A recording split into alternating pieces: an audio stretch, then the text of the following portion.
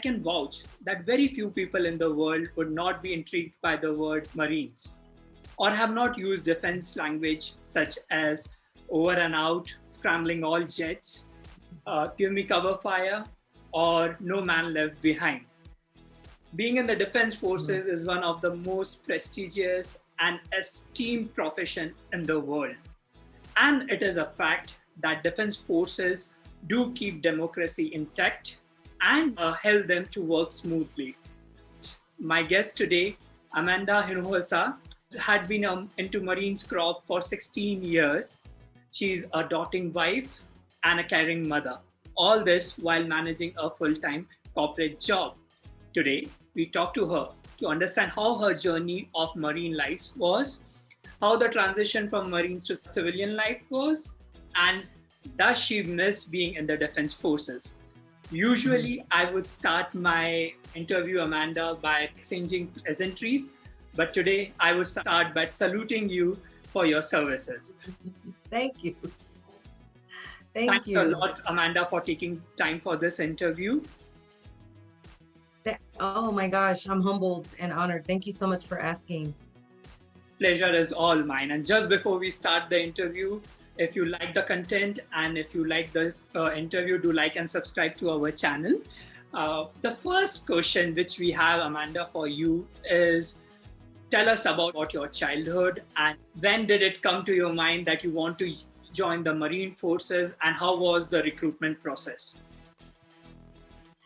Well, my childhood, I grew up in San Antonio, Texas, and I come from a family that doesn't have a lot of military folks, right? So I didn't have a lot of military influence growing up.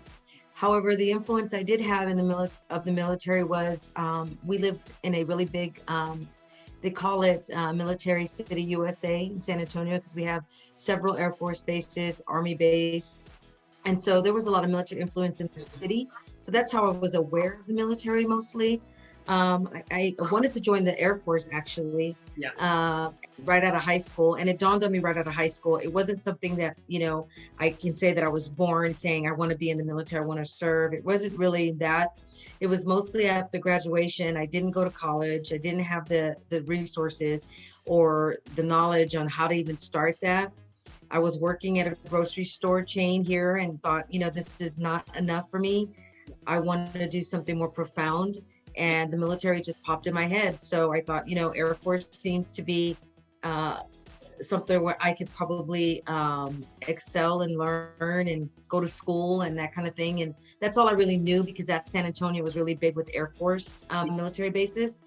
So when I went to the Air Force military recruiter, they were too busy. Yeah. They said, we're busy, you'll have to come back. And so I walked out of that, and Marine recruiter saw me, said, hey, what are you doing over there? I had some buddies in that recruiting office too. And before you know it, I was watching videos and I was shipped off within 2 months. Wow, that is amazing. Yeah. And when they say, right, when the destiny happened for you, the things all happen accordingly, right? So, right. Yeah. Tell us about it happened the way to, yes. Yeah, please go ahead. I would never change what happened ever. The Marine Corps was where I was supposed to be, right? I truly believe that. Really thankful to the recruiter who came out and, said that, you can have a crack at this one also. So, sometimes that is one luck factor which you need, right? So thankfully that was working great for you. Tell us something about your journey, Amanda. How was it? How was your day-to-day would look like? Wow, 4:30, 5 a.m., rise and shine, right? PTs, what we call physical training, is always the first thing in the morning that you do with your organization or your unit, or sometimes by yourself. But you wake up, you're at work by, 6 o'clock in the morning, 6:30 to PT with your unit.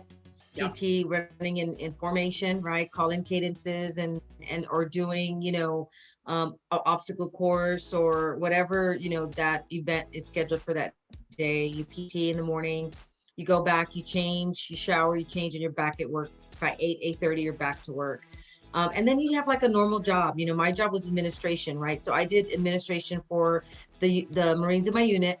And part of my responsibility throughout the Marine Corps was really essentially making sure that documentation was proper for their pay and their entitlements, making sure their orders to different duty stations or temporary duty stations were in order.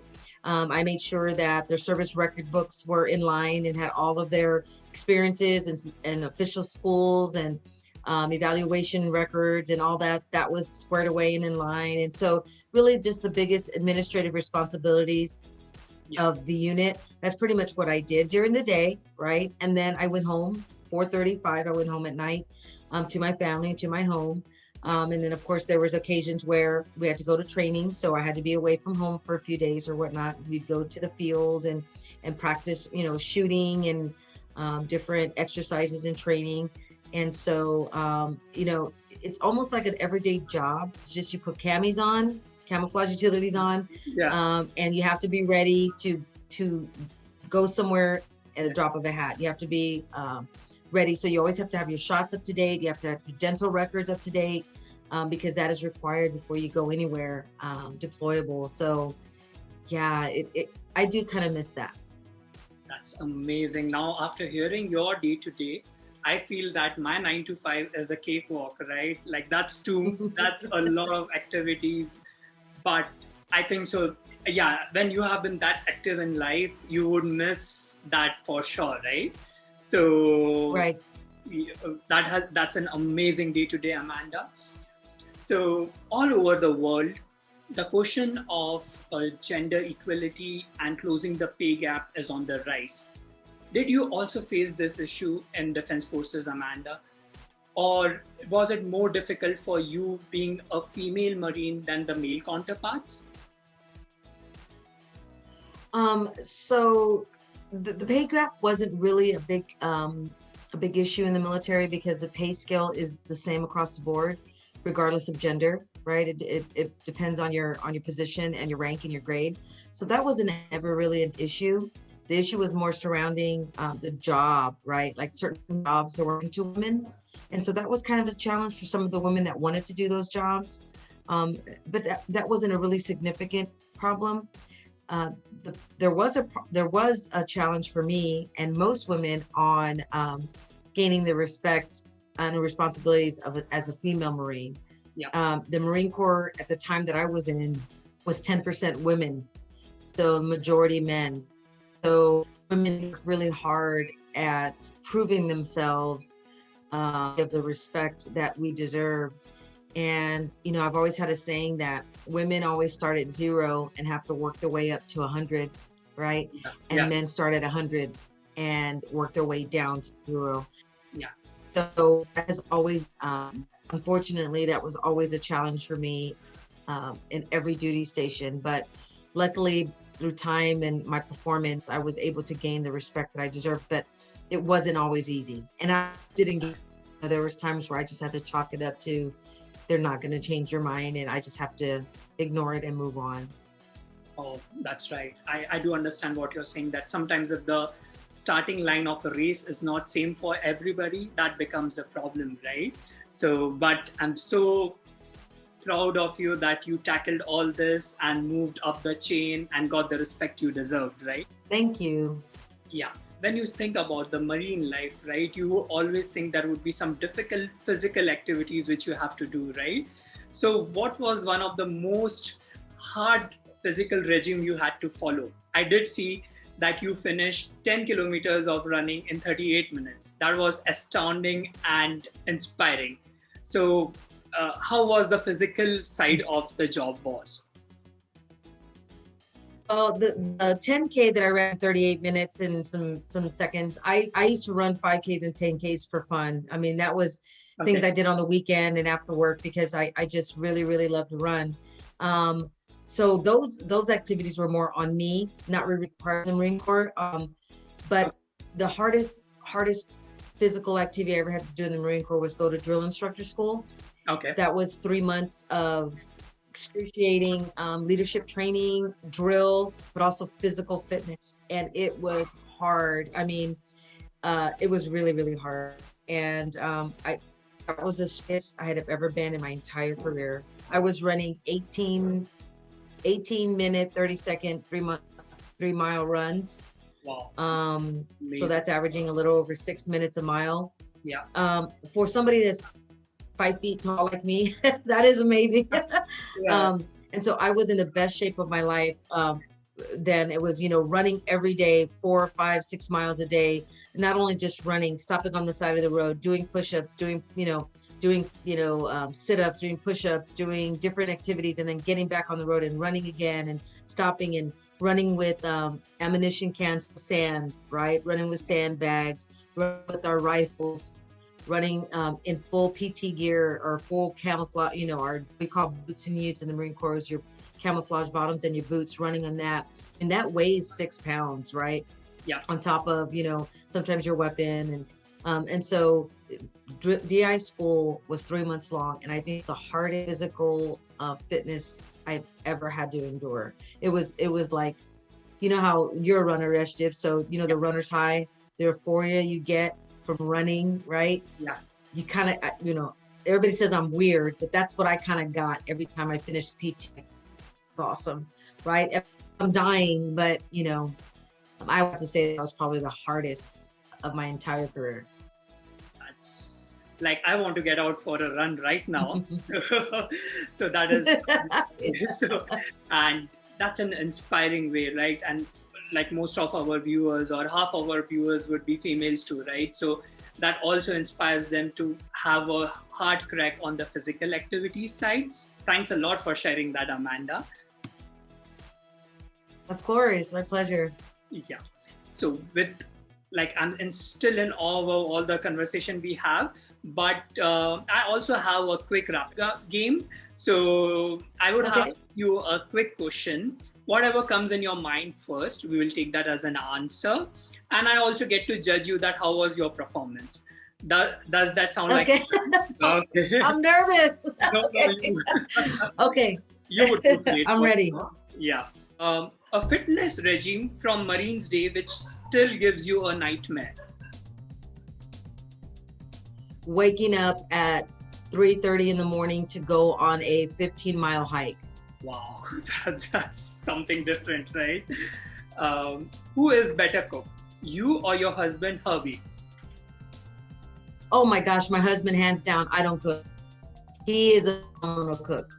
Awesome. Yeah, I did see some photos on the Facebook, and I still remember you posted one photo that he was cooking with a handgun on. That was such a nice picture. That was another level of food. Yes. So that was really amazing. Yes, we're definitely in Texas. Yeah. Yeah. A delicacy from Marines days which you won't have ever again. Oh, an MRE, the meals ready to eat from the Marine Corps that come in a bag that we ate in the field. Okay, for sure. Favorite war movie? Yeah. Saving Private Ryan. Oh, that's an amazing one, for sure. Favorite weapon? 9mm. Awesome. That was a good rapid fire round, Amanda. It was a really good one. I will give you a 9 out of 10 for that. So that was really a great performance. Thank you. So when let's take you back to the journey that when your time at the Marines Corp was done, when you moved to a civilian life, how was the transition there? Was it difficult, and did your family also have to make an adjustment with you?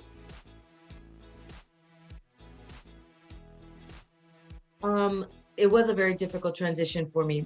My son was excited to finally be somewhere in one place, not have to move. He is a military child. He was born in the military and moved his whole life. So he was looking forward to being able to stay in one school and graduate high school from one school. So for him, it was great. It wasn't too much of an adjustment. For me, it was an adjustment going to corporate America because I had a big military demeanor. And the Marine Corps is very strict and very firm and very crass, and our communication can be. Yeah. And so I took a little bit of that to the corporate world, and I had to learn how to pull it back a little bit. Yeah.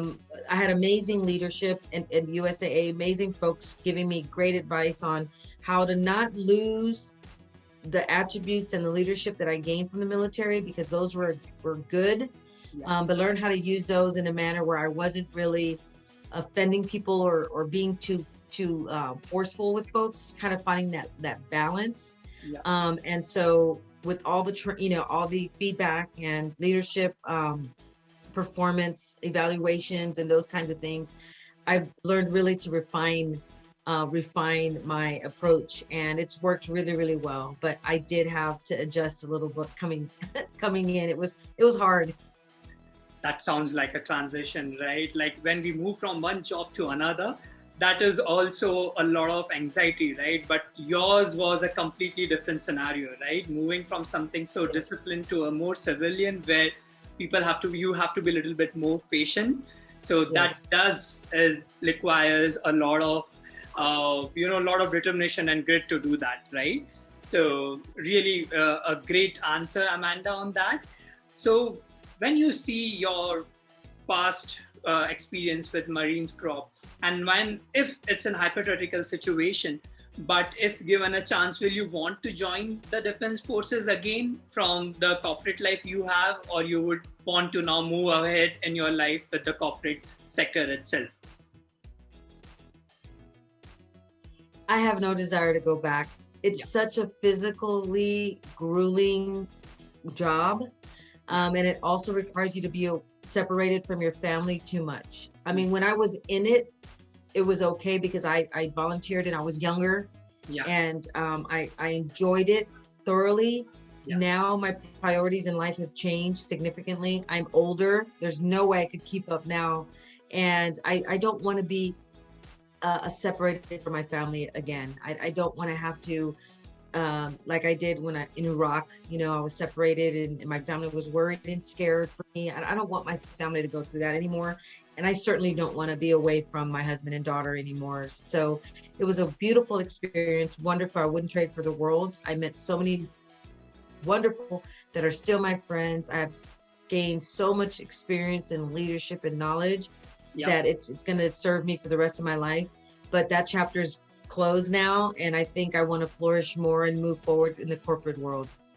And when you say that you have such a loving husband, and I've seen your daughter's pet, she's such an adorable child. You can't be away from her for a very long duration, right?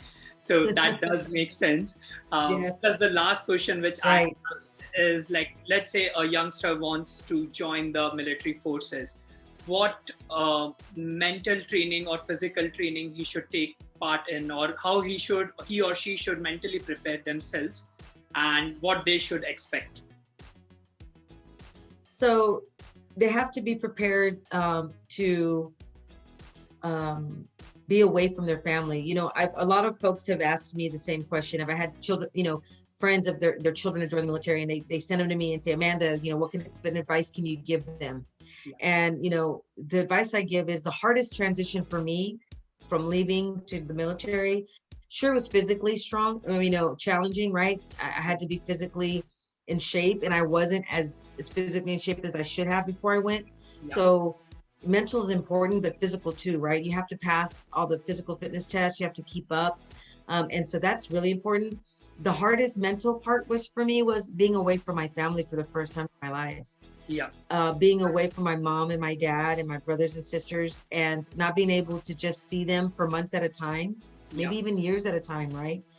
That was mentally challenging for me because I was very, very close to my family, and that was very difficult.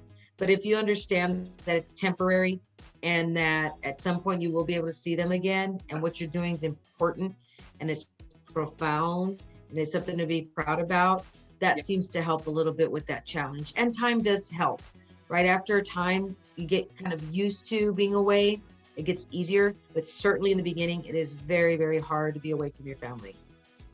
Not only your family, your culture, things that, your mom's cooking, your parents cooking, that is hard when you leave and people don't know what you're asking for or what kind of food you're talking about. It's like, it's very different. I think you may experience that a little bit in your travels.